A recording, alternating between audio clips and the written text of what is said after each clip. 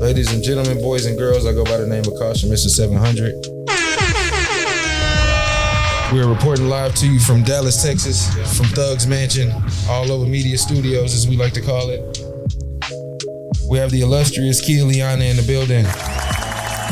Actress, comedian, one of the best rappers I've ever met in my life.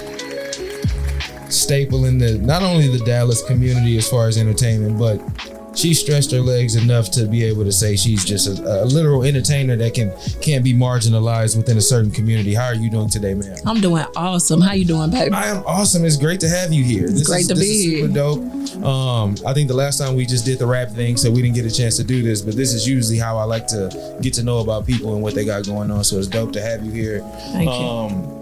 If you can, let people know where you from and like, where you come from and what got you grounded in all this. I'm from Dallas, of course. I'm a North baby. So I've been doing music since I was 8 years old.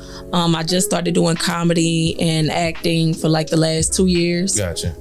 But music is my first baby. Shout out to you for that though, because the strides that you've made in that field, I would have thought that you had, put your 10,000 hours plus in that. You know what I'm saying? I mean, you can say that though. No, fact. I go overtime, but just putting other endeavors under my belt. People have always told me, I could do comedy, I could act, and I'm actually shy. People don't know that about me. I got anxiety like mother. You wouldn't be able to tell though. You mask it pretty well. Yeah. I actually came across you. I think I was like following you on Facebook even before the first time you came and rap. So I used to see like the skits and shit like that and all the stuff you were doing. So that's kind of how I got my introduction.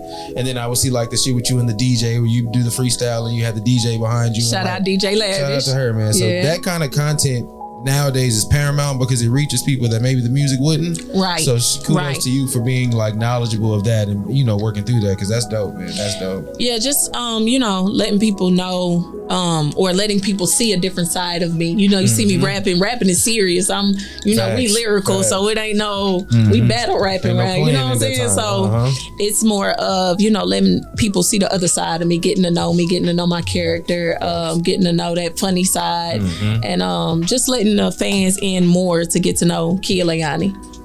Yeah. So can I ask you, how has it been as far as the transition from music into these other ventures? Was it tough, or was it just something that kind of came with ease? Or definitely was easy. It actually helps with music. Comedy is the hardest thing to do. I can imagine. Oh my God. Yeah. Stand up especially. The first time I ever got on stage, I had no material. I wasn't doing comedy for real. Mark Christopher Lawrence, which is my mentor, my acting coach, and he's a comedian in the game too. He's so many accolades. I can go on and on about Mark Christopher Lawrence. But he hit me up and he was like, comedy, I can help you with that. Off of just something I said funny on Facebook and somebody put it on Instagram and he came across it. So I'm like, man, and we did one class over Zoom. I finished that with him, and then Desi Alexander put me on stage at one of his shows, but I was just supposed to be introducing him. Right. So like a minute or two. I get backstage, they're like, hey, you got 10 minutes for Leiani. 10 minutes? I don't even know what I'm gonna say. So I got up there and I did what I did in my acting class with Mark Christopher Lawrence. No material, just off the whim, just talking. Nice. And before I got off stage, I was like, hey, this is my first time ever on stage. Everybody like, man, bullshit. Yeah. So my first show that I ever did, I brought Mark Christopher Lawrence to Dallas, and it actually turned into my comedy special. Nobody knows that. That's a fun fact. So yeah, my first show is my comedy special, and it just helped me transition over to the confidence of being in front of people. You have to make these people laugh. This is what they pay money for. Yeah, they no beat to make it in. You know what I'm saying? It's no distractions. It's just you. What you gonna do? So it just built up my confidence even more for music and to be in front of the camera acting as well. Is it what you do now primarily, right? Like I see more, of you on that side now than I do on the.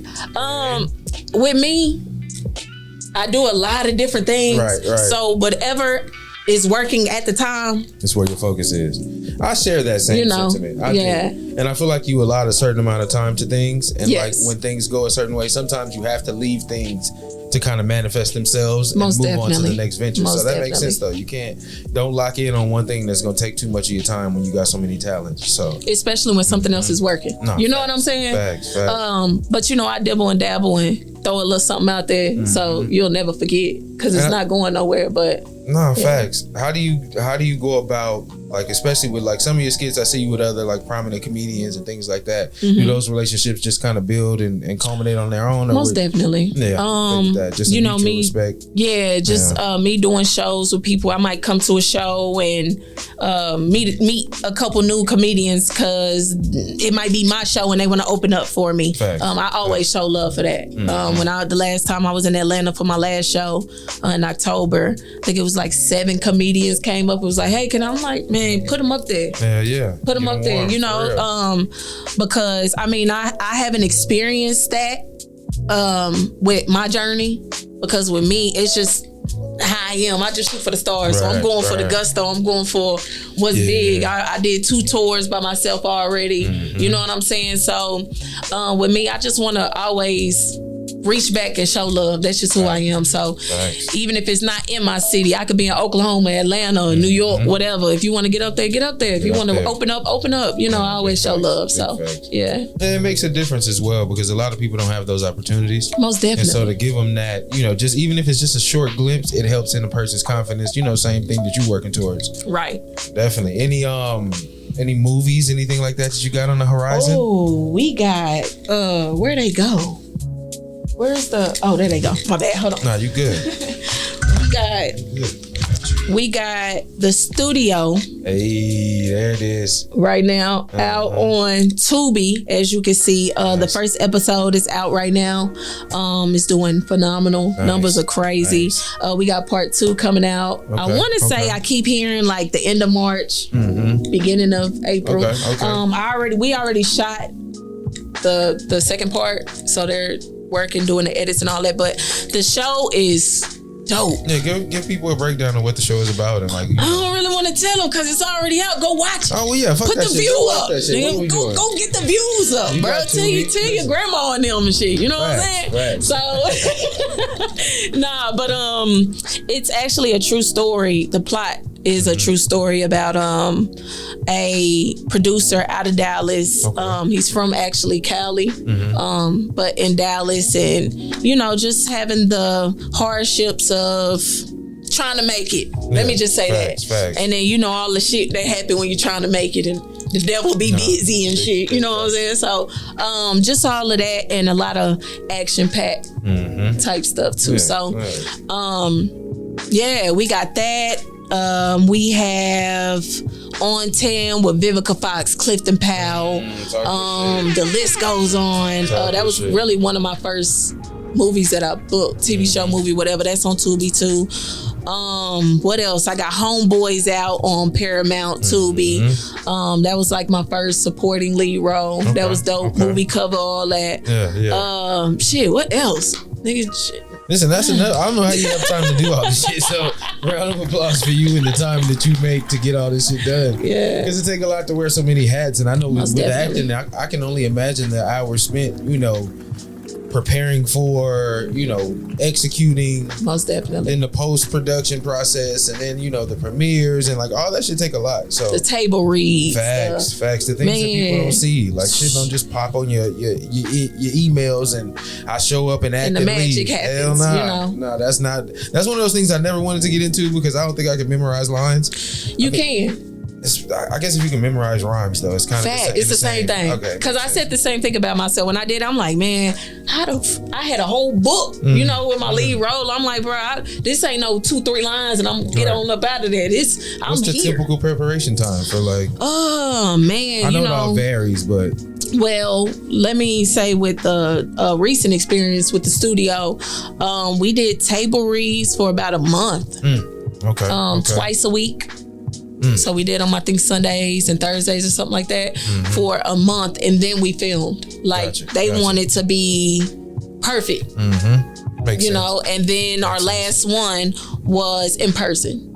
Okay. So, we doing the action, we doing everything before we get on set. And then when we get on set, we still in there running lines. We still in there, that's just who I am. And whoever I'm reading with or whoever I'm in the scene with, let's execute this and, nail it down. Give a good show.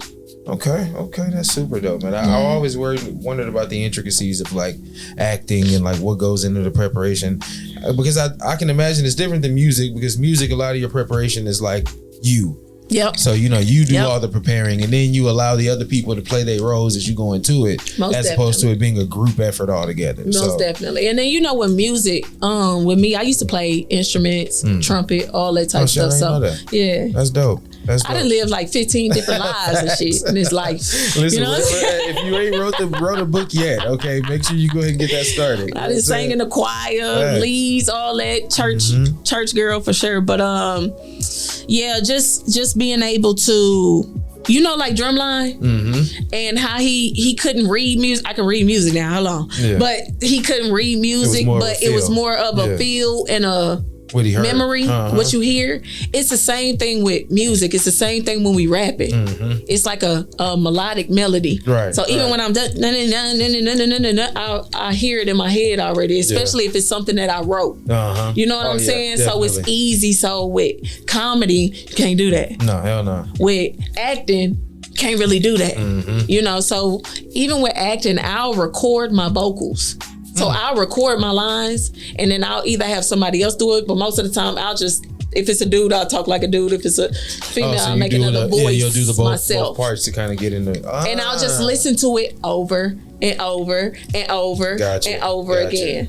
Because that's how my mind works, just like with me doing music, playing instruments. You hear that music to where half the time I don't even have to look at the music sheet to play the trumpet. Right, because you've been playing it over and over again. It's muscle memory. Now, that's the first time I've heard that, because I've asked before as far as like how I've had a couple of different actors come up and we talk about it, but that's the first time I heard it like that. That would probably help me more than anything that I've heard anybody else say. Like to be able to hear it, the corresponding vocals back and forth, like somebody actually, yeah, that's dope. Shout out to you for that. Thank you. Shout out to you for that. Anything else you want the people to know about what you got going on? Anything you want to throw out there? We got the shows, the movies, the tours as far as comedy goes. You say you're working on a comedy special. Okay, so finished? I already did. My first show ever was my comedy special. So that was the special. On Amazon Prime right now. Kia Leiani, I'm not a comedian. Pay $4.99, support a nigga. It's $5. Yes, $5, bro. Nah, but when it came out, I didn't even know it was out. It was out for like a whole month, and I had no idea. But I put it out myself on Amazon Prime over here in the US and in the UK. Okay. So that's been doing great. I shot my second comedy special, but I don't like it. Okay. So we're redoing it this year. So my second one coming soon. Another tour coming soon. I got a show next month, February the 16th at TK's Comedy Club in Addison with Black Ron, funny ass, my homeboy Hugo. And that's going to be dope with Laugh Away From Home. It's like a mental health type thing that Hugo is doing that's really dope. Super dope. And you said that's when? February the 16th at TK's in Addison. So make sure y'all pull up, fuck with a nigga. It's Valentine's weekend. Bring your baddest bitch out. I don't know. The singles come too. I'm gonna be there. You might get, I don't know what we're gonna do, but yeah. So that's dope, man. Man. And just, 2025 is full of surprises. So, January is already doing what it's supposed to do. So I'm excited to see what else is in store for me and for my team. So listen, we definitely support you up here. Whatever you got going on, if you can use any of the services, you need a cameraman for a night at one of these specials, I need you. Let me know. I move mobily. Look, I just told you, all this shit you see in here was just on the road with me. So, we do it all. So how much you finna charge me? Hey, that's another conversation. We'll talk about that on camera. Appreciate her coming. You know what I'm saying? I can't give you the price I give everybody else. Like, I give away the sauce. Then they gonna be like, nah, we want what you gave her. No, you gave Kia free. No, she up there with she got a whole Gucci suit on and you gave her a deal, nigga. What's poppin'? From the top to the bottom, nigga. From the top. Now listen, what I will say, both times Kia has pulled up, she has pulled up flawlessly as far as you know what I'm saying. She understands the assignment. She don't show up in sweats and a t-shirt to be on camera. So the people that are in entertainment because they don't waste a moment. You know what I'm saying? Listen. The show we just did, I was just at the Improv in Addison. Billy Sorrell's headlining. Okay. Me, it was another comedian up there. Dude gonna say, this like the third night we did. We did 5 shows. He like, shout out to Kids. She been dressed like a drug dealer's girlfriend all weekend. Yo, nigga, I be fly. I don't know what to do. Round of applause for the drug dealer's girlfriend. That is exactly it, okay? It is an unlimited amount of designer, jewelry, hair done, makeup done. That is it right there. Yeah. Self-supplied, though. She's self-supplied. You know? Listen, I'm a hard worker. That's it. Facts. For sure. Well, listen, we appreciate you coming out, you know what I'm saying? And, maybe there'll be more of this. We do a podcast. So, on top of other shit that we got going on. So anytime, like I said, if you got something you want to come up here and just talk shit for the sake of talking shit, do it, that way we can make it quality. Yes, sir. We got you. So thank you. Love y'all.